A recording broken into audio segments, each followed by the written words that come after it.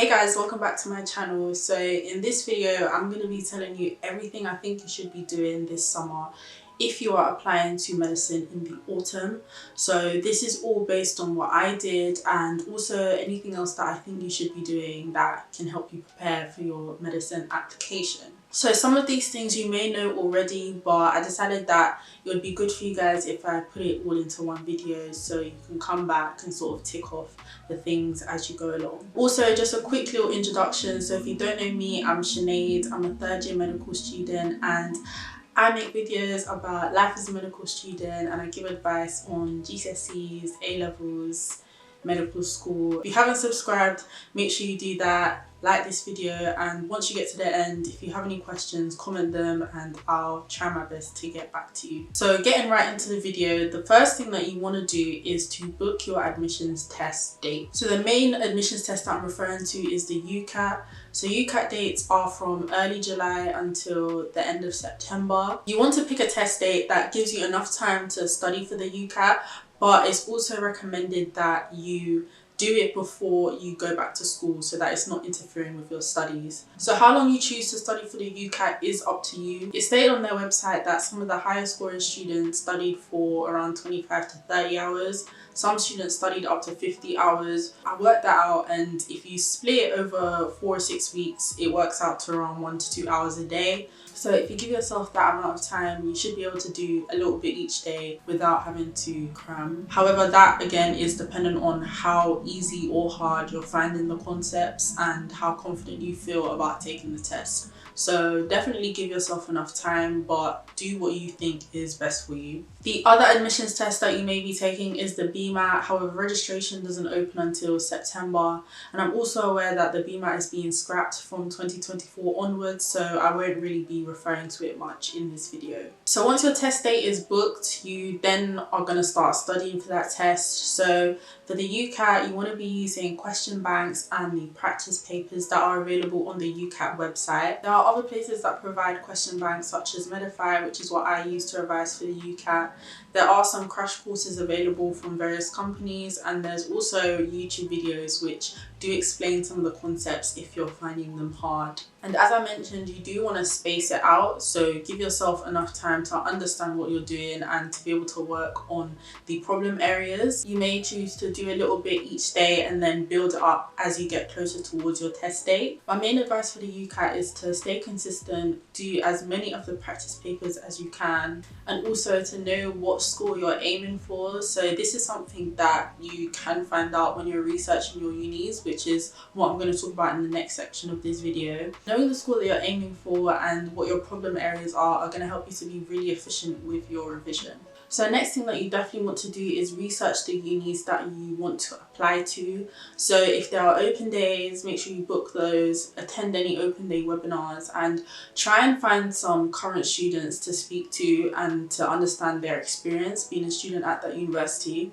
because you really want to be able to make an informed decision about your choices. When choosing universities to apply to for medical school, you obviously need to take into account the entry requirements, because you may find that you have to tailor your application based on a certain aspect. So whether it's your GCSE grades, your predicted grades, or your UCAT score if you already have it. So find out as much as you can about the unis that you are interested in going to, and then that will help you shape your application. You may also find out if the uni you want to go to has a UCAT cutoff score or what the average scores are for students who apply to that medical school, and then you'll be able to know what you need to aim for in your admissions test. Do be aware that some medical schools do take a more holistic approach to your application, so they won't necessarily put all the emphasis on your UCAT score. The next important thing that you want to do is think about your backup plan. So of course the main objective is to get into medical school, but a backup plan is very important when you are applying. So as you may know, you choose 4 medical schools to apply to, and then your 5th choice on your UCAS application can be any other degree. A lot of people do choose biomed as their 5th choice. I did choose biomed as my 5th choice and I got an offer for it, but deep down I knew that I didn't want to do biomed had I not gotten into medicine. So I would say if you are going to put a fifth choice, definitely put something that you've thought about and that you can actually see yourself studying if you don't get into medicine. So if you don't get into medicine and you start studying a different degree, you can complete that degree and then apply for graduate entry medicine. You do need to take into account that graduate entry medicine is still competitive, and you also need to think about the cost of doing medicine as a second degree. If you start studying a different degree, then you may be able to transfer to medicine, which is available at some unis. I know, for example, that University of Leicester does allow some students to transfer to the first year of medicine if they're studying a medical sciences degree, for example. That is obviously a small number of students and is most likely the higher performing students. So it is something to read up on, and you may want to apply to a university that does offer that option. Another option that you have if you don't get into medicine is to take a gap year and then reapply the following year, which is what a lot of people do choose to do, and it's probably what I would have done if I didn't get into medicine. The next important thing is to do some work experience or volunteering. This is something that you probably should have already done or already have set up, because it is quite hard to organize it last minute. If you haven't done any work experience yet, then you may choose to do some virtual work experience. So for example, Brighton and Sussex Medical School offers some virtual work experience that you can do. Obviously it's not going to be as good as in-person work experience, but I will say that a virtual one is better than having no work experience at all. So you want to at least have some form of work experience for your application, because you want to show the medical schools that you have some awareness of what the role of a doctor is, and you're able to understand why you want to be a doctor. So seeing how they work with other healthcare professionals and understand the clinical environment. And also I mentioned volunteering, so you can do volunteering as well, whether it's in a clinical environment or like an elderly care home, for example. And that's just so you can start to develop some of those skills which are necessary for a medical student and a doctor in the future. So the next point links on to work experience. So you want to be doing some sort of self-reflection this summer. So you want to do this as much as you can really, and sort of start to note this down, whether it's in a notebook or on your phone, for example.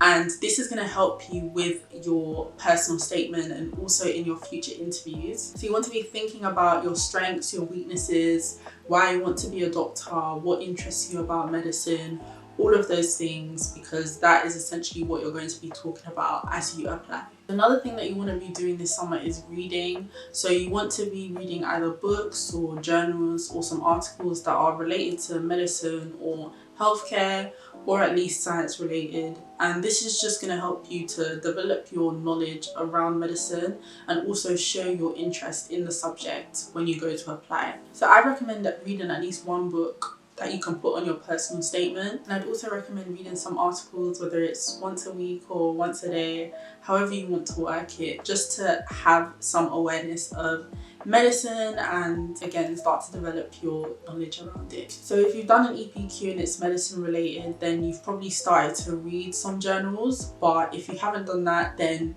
a good place to start might be the British Medical Journal. There are also some science-based magazines that you might be interested in, like The New Scientist, for example. I'm pretty sure my sixth form had a subscription for it, but there are some free articles on there that you can read, and again just have a look around and see what interests you. And there's no need to read something that is extremely high level. It's just so you can start to have an awareness of what's going on in medicine and find out which areas sort of interest you. To end this video, I thought I'd do a little outline of what your day might look like if you're preparing to apply for medicine. So I don't want to say that this outline is sort of based on like a lazy person, but it's more so if you're choosing to relax, because at the end of the day it is summer, so you do want to have a bit of a break and not be too overwhelmed with everything. So I've tried to make it chill. So let's say you get up around 9, you get dressed, have something to eat. So then around 11 or 12 you might choose to do 1 or 2 hours of UCAT revision. Then at 2 p.m. you might eat or chill, go out with some friends, something like that. And around 5 or 6 you might do some reading, whether it's a book that you're reading or some articles about medicine. So you might do that for about an hour. Then after that you might choose to do some of your virtual work experience, which again might be 30 minutes to an hour. Then after that it might be around 7 or 8 p.m. you can just chill, watch a movie, whatever you want to do. So the point that I'm trying to get at is that if you do a little bit each day and sort of spread it out, you should be alright. But obviously I can understand if you have other things that you need to attend to, like you might be working over the summer. So I can completely understand if your day isn't this free. So just try and fit it into where you can, and again, don't try and overthink it or put too much pressure on yourself. You don't want it to overwhelm you. So that's all I'm gonna say for what you should do this summer if you're applying to medicine. My main advice, guys, is to spread it out, be consistent, and give yourself a break as well, because year 13 is a lot of work. So definitely use the summer to rest and reset for that period. If you have any questions, you can comment them or send me a message. And thank you guys so much for watching, and I'll see you guys in my next video.